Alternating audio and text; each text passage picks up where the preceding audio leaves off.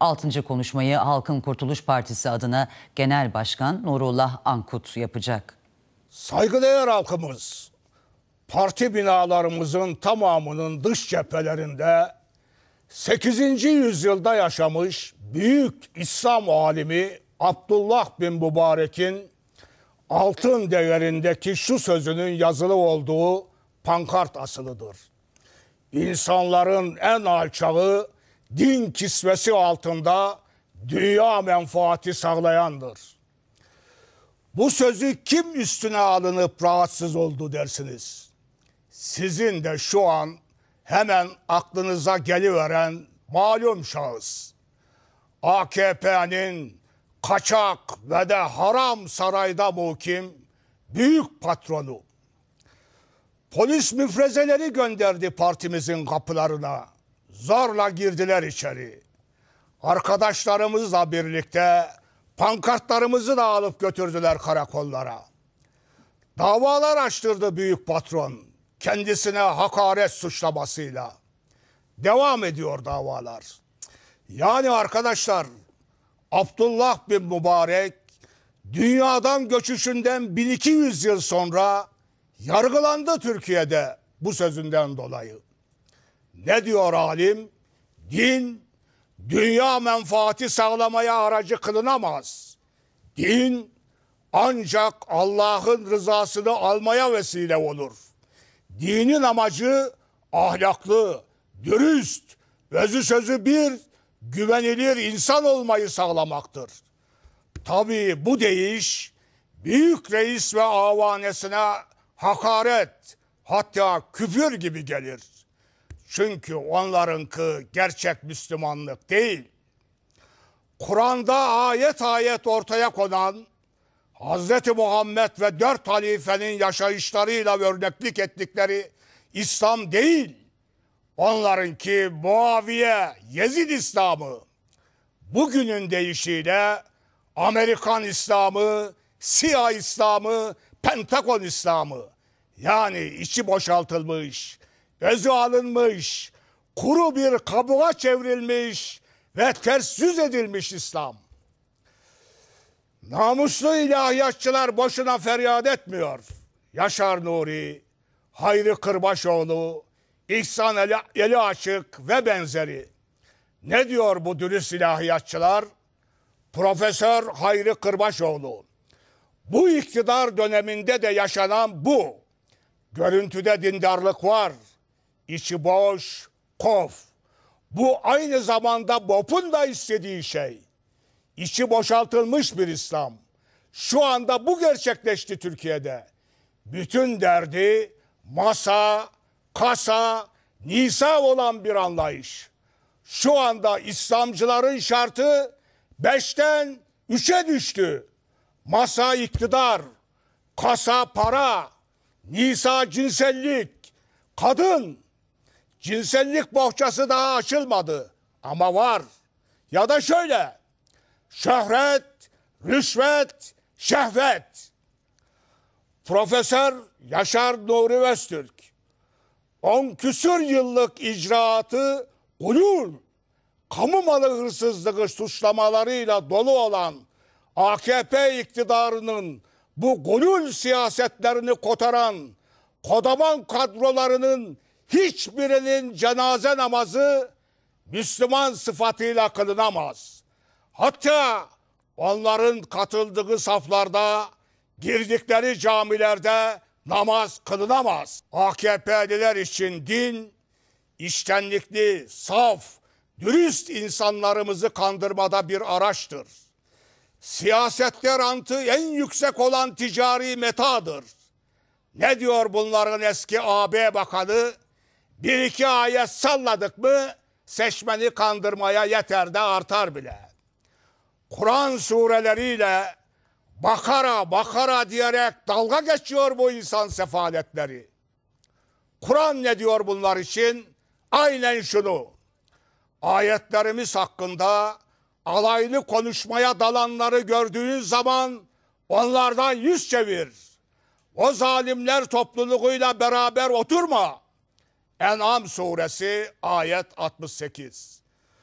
bu Şia dininin siyasetteki getirisinin yüksekliğini gören diğer Amerikancı partiler de yarışa girdiler bu ahlaksızca işte. CHP'nin TESEV'ci, Sorosçu Şefi Kılıçdaroğlu, Mustafa Kemal'e kefere Kemal diye saldıran Kaşar Kuvayi Milliye ve laiklik düşmanını transfer edip genel başkan yardımcısı yaptı. Bildiğimiz gibi aynı şef TR 705 kod adlı tescilli CIA ajanını da vekil seçtirip bir diğer genel başkan yardımcısı yaptı. Böylece hem CIA diniyle dinlenmiş oldu hem de CIA ile kaynaşmış oldu. Saf, içtenlikli insanlarımızın milli duygularını sömüren bir başka Amerikancı parti olan MHP de zaten evvel ezel din sömürüsüne bayılır. Onlar Tanrı Dağı kadar Türk, Hira Dağı kadar Müslümanız sloganıyla kandırırlar insanlarımızı. Oysa bu partinin Bahçeli şefi Amerikancılığını kanıtlamak için ben ömrümde İran'a bile 2 sefer gittim. Amerika'ya ise 9 sefer diyerek taklalar atar ABD Büyükelçisi Ross Wilson'un önünde. Yine aynı kişi Amerikan deniz piyadeleri denen sapık katiller sürüsü Ege liman şehirlerimizde Türk kadınlarını serbestçe taciz edebilsinler diye onları devrimci gençlerle birlikte protesto eden içtenlikli ülkücü gençleri yönetimlerden atarak cezalandırır. Ne milliyetçisi olacak bunlar? En has Amerikancıdırlar. Kürtçü geçinen HDP'nin genç ve yakışıklı eş başkanı ise zaten açıktan Amerikancıdır. Gizlemez o kendini. NATO'yu, ABD'yi, Birleşmiş Milletleri Türkiye'ye çağırır. Gelin Türkiye'yi de Irak gibi, Libya gibi, Suriye gibi yapalım. Sizin de istediğiniz Amerikancı Kürt devletini kuralım der. Ve o da medya ordusunu peşine takarak cuma namazlarına başlar artık. IŞİD'le aynı anlayıştaki Şeyh Said ve Said-i Nursi anmaları tertipler. Şeyhlerin ellerini öper. Bunların karakteristiği Amerikancılıktır. Amerika'nın BOP çerçevesindeki ihanet oyununun değişik aktörleridir bunlar. Ey halkımız, kanma bunların oyununa. Sen de yüz çevir bu Amerikancı zalimler topluluğundan. Bunlar Türkiye'nin, Türk ve Kürt halkının düşmanları cephesindedir. Senin umutlarını, sevinçlerini çaldı bunlar. Acılara tutunarak yaşamaya daha ne kadar katlanacaksın? İşte biz halk iktidarını kurduğumuz zaman bunların ekonomideki ve siyasetteki varlıklarına son vereceğiz. Peki biz iktidarımızda başka ne mi yapacağız? Bunlarla birlikte nüfusumuza oranları 1/1000 olan, yani 78 bin Amerikan işbirlikçisini de Türkiye düşmanını da tasfiye edeceğiz. Bildiğimiz gibi bunlar siyaseti de, ekonomiyi de, medyayı da, kültürümüzü de ele geçirmişler ve Türkiye'yi kıskıvrak bağlayıp halkımızı tutsak etmişlerdir. Yabancı emperyalistlere peşkeş çekmişlerdir. Bunların sosyal varlıklarının ortadan kaldırılmasıyla birlikte ekonomide, siyasette, medyada özgürleşecek.